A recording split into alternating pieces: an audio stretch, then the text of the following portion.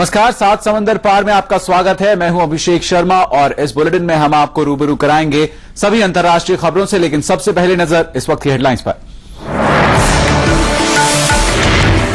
New York times square में बम रखने के मामले में पाकिस्तान के कराची से कई लोगों को लिए गए हिरासत में। पाक सरकार ने कहा अमेरिका को करेंगे सहयोग।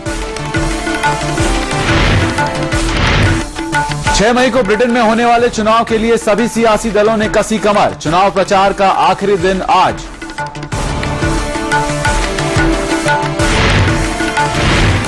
आइसलैंड में आए ज्वालामुखी का अब दूसरे रूप में दुख रहा है असर।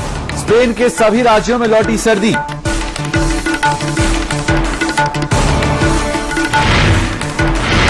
और लंदन के रेस कोर्स में देखने को मिली अनोखी दौड़। घोड़ों ने बनाए, भैंसों ने लगाई race.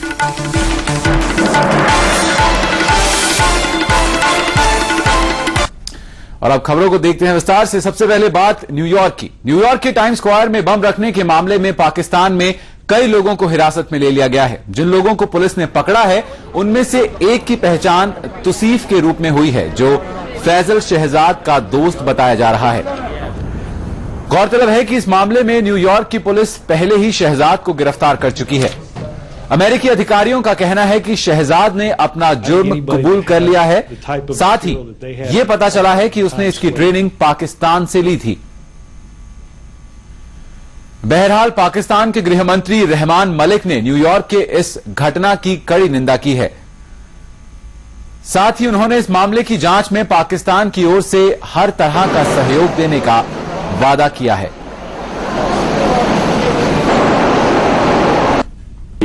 Condemn this incident and we will help and support US to bring these। हम इस घटना की कड़ी निंदा करते हैं।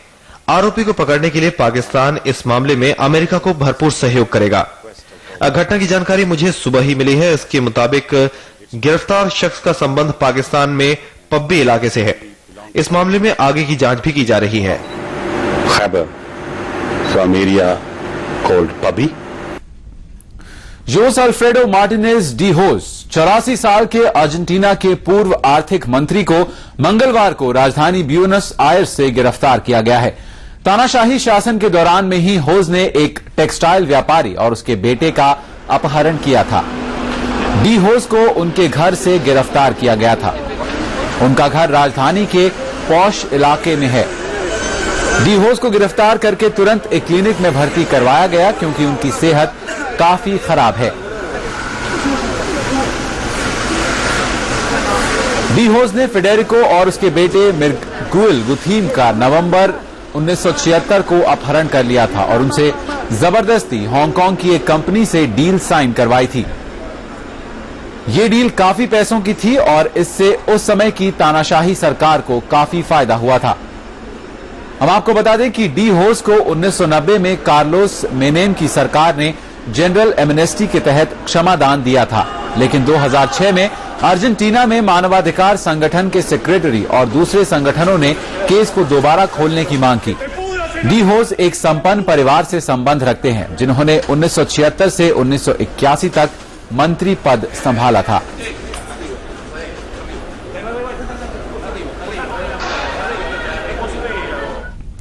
ब्रिटेन में 6 मई को होने जा रहे आम चुनाव में 3 प्रमुख राजनीतिक दलों में जबरदस्त टक्कर की उम्मीद है। दशकों बाद ब्रिटेन में पहली बार कांटे का मुकाबला दिख रहा है। ब्रिटेन में साल 2010 के आम चुनाव में बुधवार को चुनाव प्रचार का अंतिम दिन है। रात भर सक्रिय रहे सभी प्रमुख दलों के नेता मतदाताओं को रिझाने की कवायद में जुटे रहे।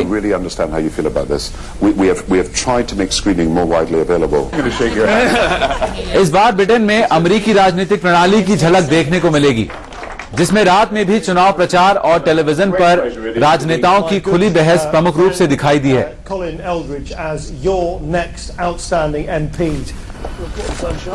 Yes, well, we got in the weather yesterday. We were out in the showers.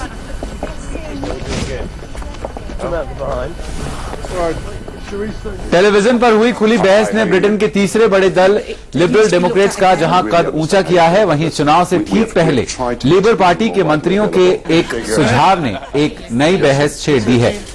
सत्तारूढ़ लेबर पार्टी के इन दो मंत्रियों ने चुनावों में अपनी पार्टी को मजबूती देने के लिए रणनीतिक वोट का सुझाव दिया है।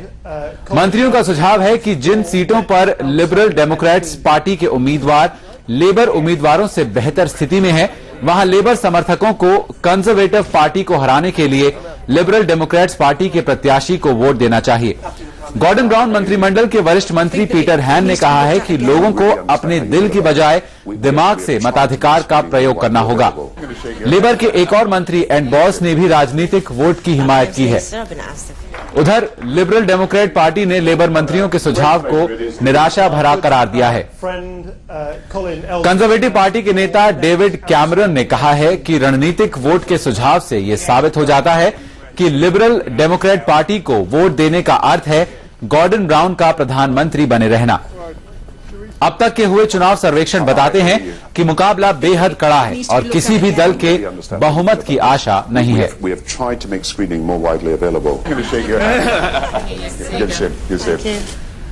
और बात करते हैं फिलिस्तीन की। फिलिस्तीन के प्रधानमंत्री सालाम फयाद ने वेस्ट बैंक इलाके की एक मस्जिद पर मंगलवार हुए हमले की कड़ी निंदा की है। हमला अमेरिकी मध्यस्थता के बीच दोनों देशों के बीच फिर से बातचीत शुरू किए जाने के कुछ ही देर पहले हुआ है। हमले की भर्त्सना कर रहे फयाद ने कहा कि रोजाना हमले अगर हमारे लोगों को अपनी धरती छोड़ने के लिए निशाना बनाकर किए जा रहे हैं तो फिलिस्तीनी जमीन छोड़कर भागने वालों में से नहीं है। वहीं फिलिस्तीनी राष्ट्रपति कार्यालय से जारी एक बयान में राष्ट्रपति महमूद अब्बास ने आगजनी को आपराधिक कृत्य करार देते हुए इसे शांति प्रक्रिया बहाली के प्रयासों को प्रभावित करने की कोशिश बताया। लुबान ए शारिकियह के इस गांव में मंगलवार तड़के लगी मस्जिद में आग के भड़कने की वजह का देर रात तक खुलासा नहीं हो पाया था। मस्जिद में इन दिनों मरम्मत का काम चल रहा था। आग की वजह से पवित्र कुरान और नमाज अदायगी के लिए बिछे कालीन तक जलकर राख हो गए। गांव के मेयर जमाल दारा मेह ने कहा कि आसपास कुछ भी ऐसा नहीं था जिसकी वजह से मस्जिद में आग भड़की। फिलिस्तीनी राज्य नाबलस के राज्यपाल जिब्रिल अल बाकरी ने इसे एक भड़काऊ कार्यवाही करार दिया है। उधर मंगलवार को ही हवारा के नजदीकी गांव में जैतून के बगीचे में हुई आगजनी में इजरायली सैनिकों के आग पर काबू पाने तक 50 से ज्यादा पेड़ जलकर खाक हो गए थे। हवारा और लुबान ए शारिकियह नेबलस के नजदीकी गांव हैं। फिलिस्तीनी आरोपों का जवाब दे रही इजरायली मीडिया ने आग को दुर्घटना करार दिया है। इजरायली सेना ने आग की वजह के खुलासे के लिए इजरायल और फिलिस्तीन की पुलिस को साझा जांच की सलाह दी है। इजरायल के सबूतों को फॉरेंसिक यूनिट को सौंपे जाने को भी कहा है। गजा पर साल भर पहले हुए इजरायली हमले के बाद दोनों पक्षों में पैदा हुए गतिरोध की वजह से खत्म हो चुके अनौपचारिक संबंधों की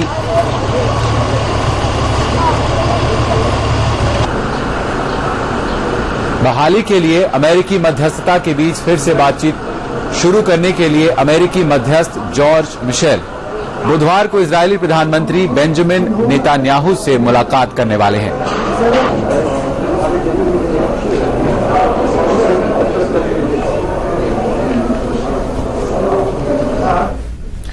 आइसलैंड ज्वालामुखी की राख का असर अब दूसरे रूप में भी दिखने लगा है। इसके चलते यूरोपीय देश स्पेन के सभी राज्यों में सर्दी की वापसी हो गई है। स्पेन में सर्दी का मौसम वापस लौट आया है और वो भी जोरदार बर्फबारी और मूसलाधार बारिश के साथ। मई में आमतौर पर बसंत जैसे सुहाने